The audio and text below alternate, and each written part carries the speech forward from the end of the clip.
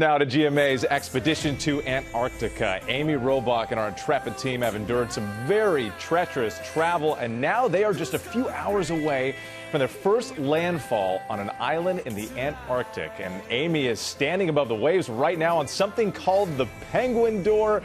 Amy, what a trip. Tell us about it. Yeah, this is incredible. I am actually standing out in tropical storm force winds. We've had gusts up to 82 miles an hour. Those are hurricane force winds. This is Antarctic weather for sure. I'm standing on this gangplank. This is where passengers will disembark the ship, and they will actually be able to stand on frozen ocean and hopefully see penguins. That's part of the big reason why we're here today. And you can see behind me, that is Half Moon Island. That's the first landmass we have seen in days.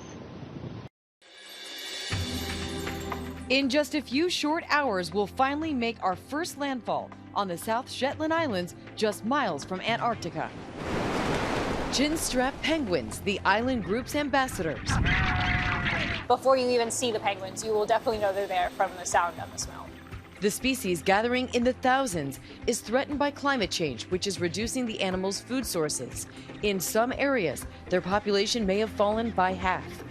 The biggest impacts of climate change on penguin species in Antarctica, really any species in Antarctica, are the impacts that we see on the sea ice and also on the Antarctic Trail. But how we get from ship to shore is its own adventure. Enter the Zodiacs. These small inflatable vessels will shepherd us through the icy waters and onto land, stored below deck near the base camp of the ship where all of our equipment is located. After boarding the Zodiacs, whales and seals could also make their presence known.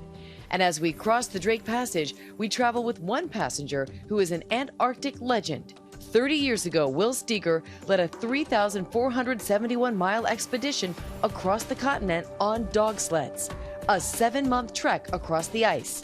It took us 30 days to cross these ice shelves. And also in the last 30 years, a number of other ice shelves have broken off. Now Steger is returning to Antarctica with 2 young filmmakers who have made a documentary about his life. I grew up tearing out pictures of National Geographic with Will Steger's expeditions. But it's clear that times have changed as a warming climate has impacted the continent, making a similar journey for Steger impossible. 300 miles of it is now gone. These remote areas are really interconnected to the rest of the world. So we should know that, it's real, but, we really have to come together here for solutions and adaptations. We should mention the captain of this ship granted us special permission to be out here. I am tethered to it and I have a life jacket, so we're being very safe. But we wanted to give you this incredible perspective just 7 feet off of the ocean. And we're going to be headed on those Zodiac boats later today to that island right behind me. And it's going to be wicked weather, we're told, but we're in it for anything at this point because we're hoping we're going to see chinstrap penguins. They're the tiniest and we hear the feistiest of the crew. Back to you. Wow. Well, we are glad you're strapped in, safety first, but just incredible images and great story. Amy, thank you so much to you and the team. Well, hey there, GMA fans. Robin Roberts here. Thanks for checking out our YouTube channel. Lots of great stuff here. So go on, click the subscribe button right over here to get more of awesome videos and content from GMA every day, anytime. We thank you for watching, and we'll see you in the morning on GMA.